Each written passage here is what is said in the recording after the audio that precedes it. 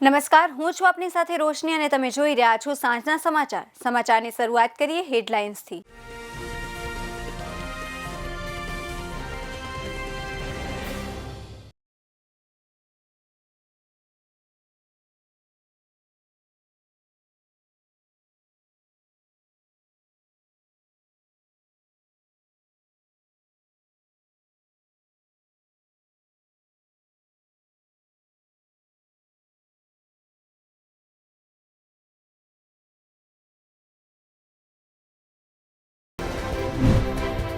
વડોદરામાં ખુલ્લી જમીનમાં દબાણ કરનાર હોટલ માલિકે ડેપ્યુટી મેયર પર છૂટો ગેસ સિલિન્ડર ફેંક્યો. ગળા પર ચાકુ મૂકીને આપઘાતની ધમકી આપી.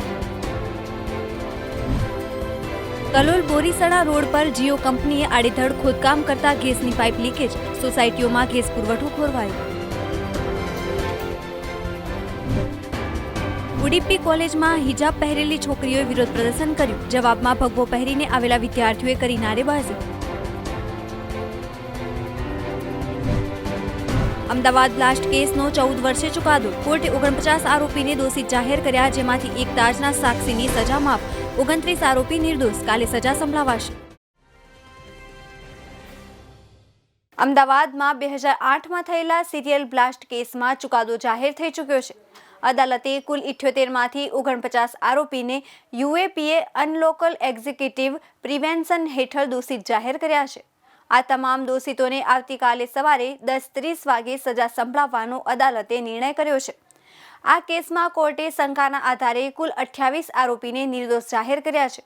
આવતીકાલે 9 ફેબ્રુઆરી 10:30 કલાકે દોષિતોના કોવિડ ટેસ્ટ કરી કોર્ટમાં હાજર કરાશે.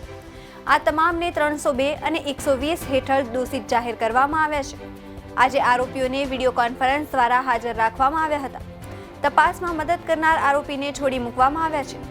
ઉલ્લેખનીય છે કે 302ની કલમ હેઠળ આજીવન કેદ કે મૃત્યુદંડની સજા આપવાની જોગવાઈ છે.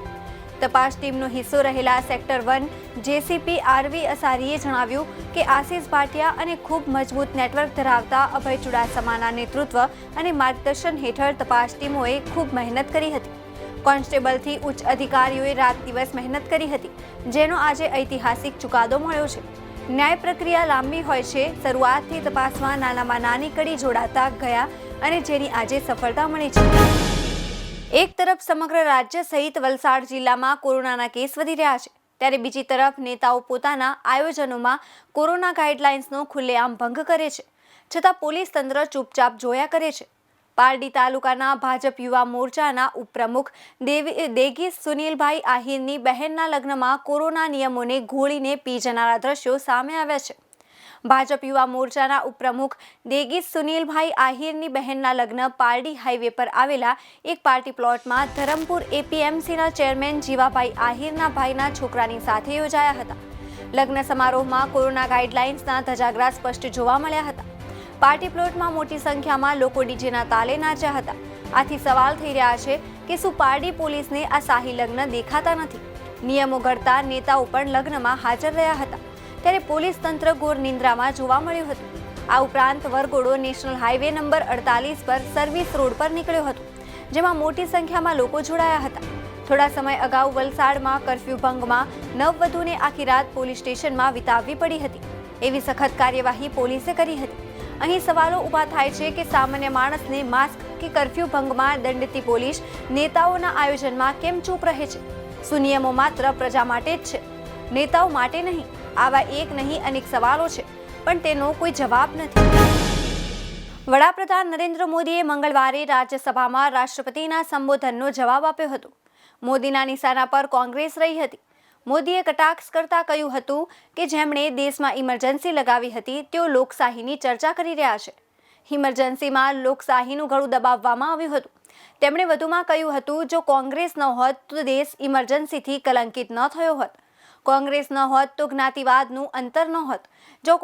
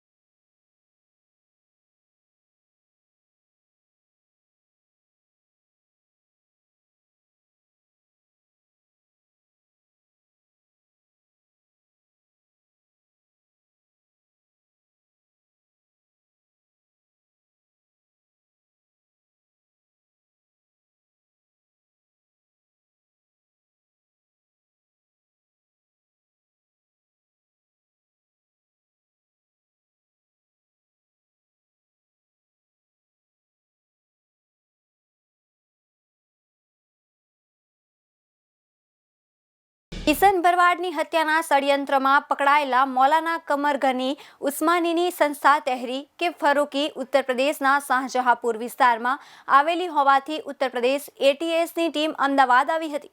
આટલું જ નહીં, આ લોકોએ ઉત્તર પ્રદેશમાં પણ 10 થી 12 લોકોની રેકી કરી હોવાથી તે તમામ લોકોની હત્યાનું ષડયંત્ર ઘડ્યું હોવાની ચોંકાવનારી માહિતી બહાર આવી છે. આ ઉપરાંત તહેરી કે ફરૂકી સંસ્થાના બેંક એકાઉન્ટથી માહિતીમાં રૂપિયા 11 થી 12 લાખના શંકાસ્પદ વ્યવહાર મળ્યા હોવાની આ અંગે ઈડીને પણ જાણ કરવામાં આવી છે.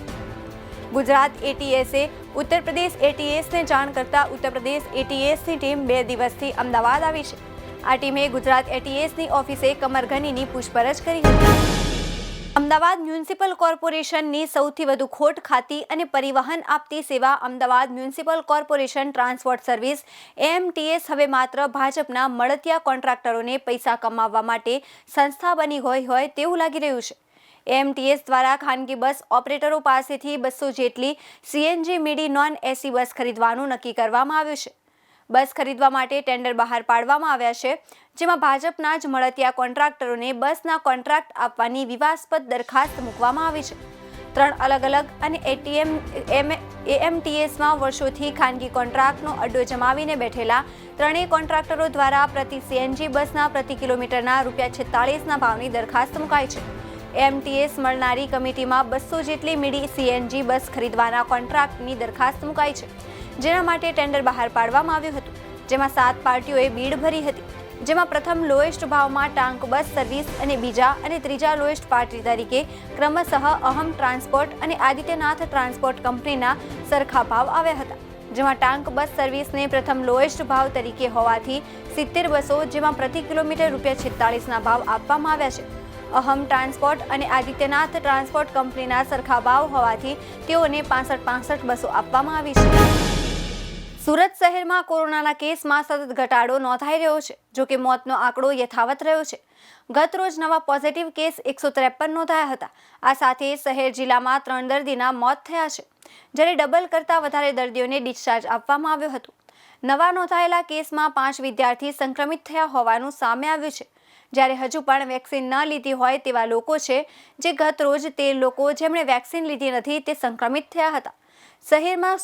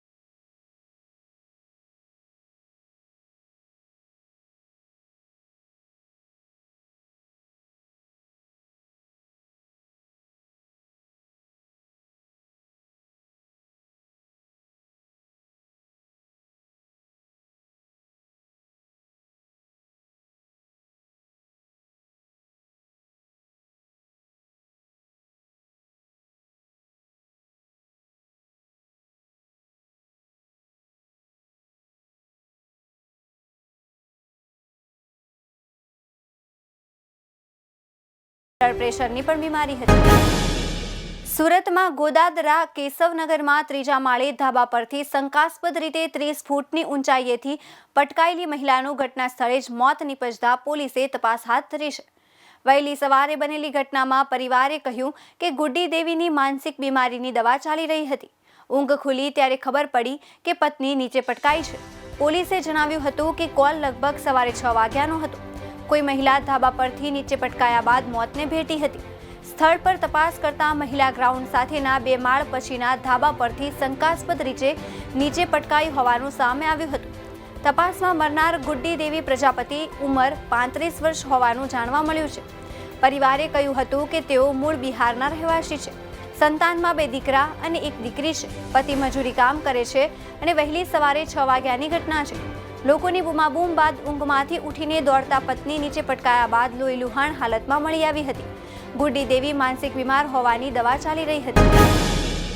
સુરતમાં રોડ પર દોડતી કારમાં અચાનક આગ લાગવાની ઘટના બની હતી. જોકે જાગૃત વિદ્યાર્થીઓએ મદદની કારથી કાર ચાલકને આબાદ બચાવી લેવામાં આવ્યા હતા. ઘટનાની જાણ થતાં જ ફાયર વિભાગના જવાનો પણ તાત્કાલિક દોડી આવ્યા હતા અને સળગતી કાર પણ પાણીનો મારો ચલાવીને આગ કાબૂમાં લીધી હતી. કાર ચાલકને બચાવનાર વિદ્યાર્થીએ કહ્યું હતું કે સિનિયર સિટીઝનોની સુરક્ષાની જવાબદારી આજની યુવા પેઢીની છે, જેથી મેં મારી જવાબદારી નિભાવી છે. પ્રાપ્ત થતી વિગતો અનુસાર સુરતમાં અઠવા ગેટ મહાવીર હોસ્પિટલ પાસેથી રોડ પર જતી રહેલી એક કારમાં અચાનક આગ લાગી હતી. આ કારના ચાલક આઈપી લાકડાવાળાએ જણાવ્યું કે હું રાંદેરથી મજુરા ગેટ થઈને કાપડિયા હેલ્થ ક્લબ જઈ રહ્યો હતો. સરદાર બ્રિજ ઉતરતા જ મહાવીર હોસ્પિટલ પાસે એક બાઇક ચાલકે બૂમાબૂમ કરીને કાર ઊભી રાખવા જણાવ્યું હતું. મેં કારમાંથી નીચે ઉતરતા જ ધુમાડા સાથે આગ લાગેલી જોઈ હતી. ડીકી ખોલીને તાત્કાલિક ગેસ સપ્લાય બંધ કરી દીધો હતો. ત્યારબાદ ફાયરને જાણ કરાતા ફાયરના જવાનો તાત્કાલિક દોડી આવ્યા હતા. તેમણે કારમાં લાગેલી આગને કાબૂમાં લીધી હતી. કાર ચાલકને બચાવનાર વિદ્યાર્થી મિત પ્રજાપતિએ જણાવ્યું કે તે ગાંધી કોલેજમાં ડિપ્લોમાના પ્રથમ વર્ષમાં અભ્યાસ કરે છે. બ્રિજ પરથી એક કાર ધુમાડા અને આગની જ્વાળા સાથે દોડતી જોઈ ચોંકી ગયો હતો. સળગતી કારમાં ડ્રાઈવર કાકાને જોઈ બૂમાબૂમ કરી હતી. વડોદરા શહેરના કારેલીબાગ કાસમ આલા કબ્રસ્તાન સામે રાણા સમાજની જમીન ઉપર ગેરકાયદેસર ચાલતી હોટલની મુલાકાતે ગયેલા ડેપ્યુટી મેયર અને સ્થાયી સમિતિના ચેરમેન સામે માથાભારે હોટલ માલિકે ગેસ સિલિન્ડરનો છૂટો ઘા કર્યો હતો. આ ઉપરાંત માથાભારે શખ્સે ડેપ્યુટી મેયર સહિત કાઉન્સિલરોને બીભત્સ અપશબ્દો બોલી ચાકુ બતાવી આપઘાત કરી લેવાની ચીમકી ઉચ્ચારી પોતાની હોટલને તોડતા બચાવવાનો પ્રયાસ કર્યો હતો. જોકે હોદ્દેદારોએ નમતું જોખવાને બદલે તાત્કાલિક દબાણ શાખાની ટીમને સ્થળ પર બોલાવી દબાણો દૂર કરાવ્યા હતા. વડોદરામાં દબાણ દૂર કરવા પહોંચેલા ડેપ્યુટી મેયર અને કોર્પોરેશનના પદાધિકારીઓ પર એલપીજી સિલિન્ડર ફેંકાતા શહેરમાં ચકચાર મચી છે. આ મામલે વડોદરાના મેયર કેયુર રોકડિયા પણ કલેક્ટર કચેરીએ પહોંચ્યા હતા અને કલેક્ટર હસ્તક આવતી જમીનમાં જે દબાણો છે તેને દૂર કરવામાં આવે તેવી રજૂઆત કરી હતી. મેયર કેયુર રોકડિયાએ જણાવ્યું હતું કે જે લોકોએ ડેપ્યુટી મેયર અને પદાધિકારીઓ પર હુમલો કર્યો છે તેમને પોલીસે પકડી લીધા છે. રાજકોટ જિલ્લામાં ચાલુ વર્ષે જાન્યુઆરી માસનું પ્રથમ સપ્તાહ મહદઅંશે ટાઢવ વિહોણું રહ્યા બાદ છેલ્લા 3 દિવસથી શરૂ થયેલી ઠંડીનું જોર આજે વહેલી સવારે પણ યથાવત રહ્યું હતું. તેમાંય રાજકોટમાં જેતપુર ગોંડલ નેશનલ હાઈવે પર વહેલી સવારે 100 ફૂટ દૂર ન દેખાય એટલી ગાઢ ધુમ્મસ છવાઈ હતી. વિઝિબિલિટી ઘટતા હાઈવે પર પસાર થતા વાહન ચાલકોને પરેશાની થઈ હતી અને પોતાના વાહનોની લાઇટ ચાલુ રાખવાની ફરજ પડી હતી. તેમજ સવારમાં ઠંડો પવન ફૂંકાતા લોકોએ પણ ઘરની બહાર નીકળવાનું ટાળ્યું હતું. રાજકોટ મહાનગરમાં આજે સવારથી સૂર્યદેવ વાદળોમાં છુપાયેલા રહેતા વાદળિયા માહોલમાં હવામાં ભેજના વધારા સાથે ઠંડો પવન ફૂંકાતા દિવસભર ટાટોળું રહેતા લોકોએ સ્વેટર, ટોપી, શાલ, મફલરનો સહારો લેવો પડ્યો હતો. ઠંડકથી રાજકોટ મહાનગરમાં હિલ સ્ટેશન સમા દ્રશ્યો જોવા મળ્યા હતા.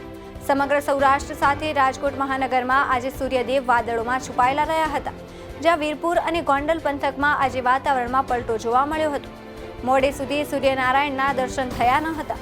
ગાઢ ધુમ્મસને કારણે વાતાવરણમાં વરસાદી માહોલ જામ્યો હોય તેવા દ્રશ્યો જોવા મળ્યા હતા. કલોલ બોરીસણા રોડ પર ખોદકામ દરમિયાન ગેસની લાઇન લીકેજ થતા ગઈકાલ સાંજથી સમગ્ર વિસ્તારમાં રાંધણ ગેસની અછત સર્જાતા રાત્રે વસાહતીઓનું ટોળું એકઠું થઈ આડેધડ કરવામાં આવતી ખોદકામની પ્રવૃત્તિ પર રોક લગાવવાની માંગણી કરવામાં આવી છે. ત્યારે સાબરમતી ગેસની ટીમ લીકેજ બંધ કરવાની કામગીરી કરી રહી હતી, ત્યારે ગટર લાઇનમાં પણ ભંગાણ થયું હતું.